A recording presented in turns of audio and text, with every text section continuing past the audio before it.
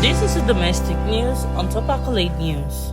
Some ex-PDP members in Delta State who recently followed Governor Sharif and ex-Governor Ifeanyi Okowa to the APC are facing resistance during registration over their failure to present resignation letters.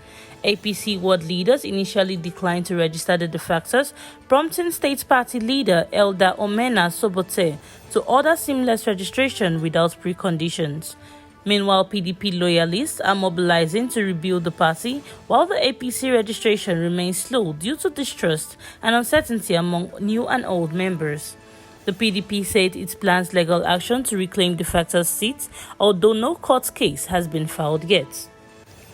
Still in politics, the federal government has reassured Nigerians that the 54.99 trillion naira 2025 budget will be implemented as planned, despite a sharp drop in oil prices and delayed procurement processes. Officials say the extension of the 2024 capital budget until June and a focus on revenue diversification will ensure continuity in key projects. Oil prices has fallen below the $75 benchmark to $61.5, but the government maintains it can adapt and revamp the crude production. The Niger Delta Development Commission has issued a strong warning to the public about a growing scam involving fraudulent offers of non-existing postgraduate scholarships. The alert was made by the Commissioner Director of Corporate Affairs, Mrs. Salidi Thompson Wakama. According to her, scammers have been targeting unsuspected victims with fake emails and messages that promise placement in the NDDC Postgraduate Foreign Scholarship Program. These fraudulent messages, falsely claimed to be from the NDDC's board registry, invite recipients to a bogus document verification and authentication exercise.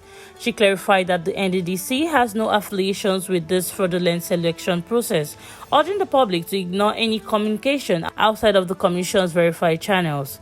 Thompson's Wakama also advised recipients of suspicious email to report them immediately to law enforcement agencies for proper investigations and actions. Now in energy. President of Dangote Group, Aliko Dangote, says the battle to protect his $20 billion refinery is far from over, accusing powerful oil importers of sabotaging efforts to operate the facility smoothly.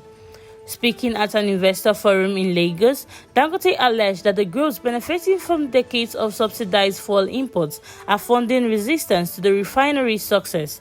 He said the same groups oppose the Tinubu administration removal of fuel subsidy and are blocking crude supply to his 650,000 BPD refinery in Lagos. Despite setback, Dangote vowed to continue fighting. The refinery, which began producing petrol last year, has helped lower prices nationwide.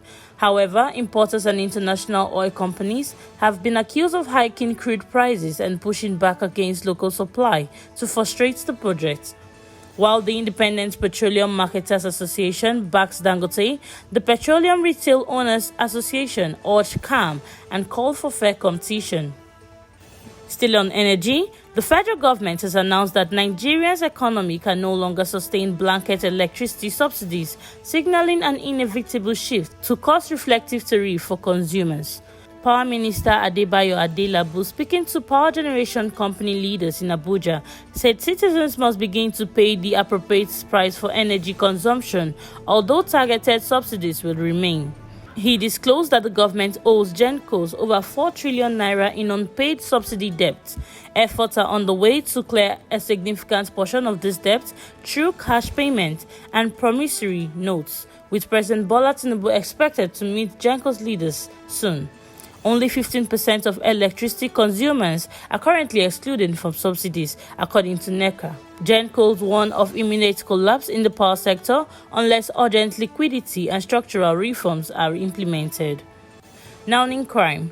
A 28-year-old Nigerian man, Chimezie Nwabueze, has been arrested in Toronto, Canada, for allegedly defrauding two individuals of over $600,000 through an online romance scam. According to Peel Regional Police, between June 2021 and July 2023, Nwabueze tricked the victims who he never met in person, believing they were in a relationship, claiming he owned an oil rig in the Middle East and urgently needed money. He allegedly received a total of $610,382 before cutting off contact with the victims.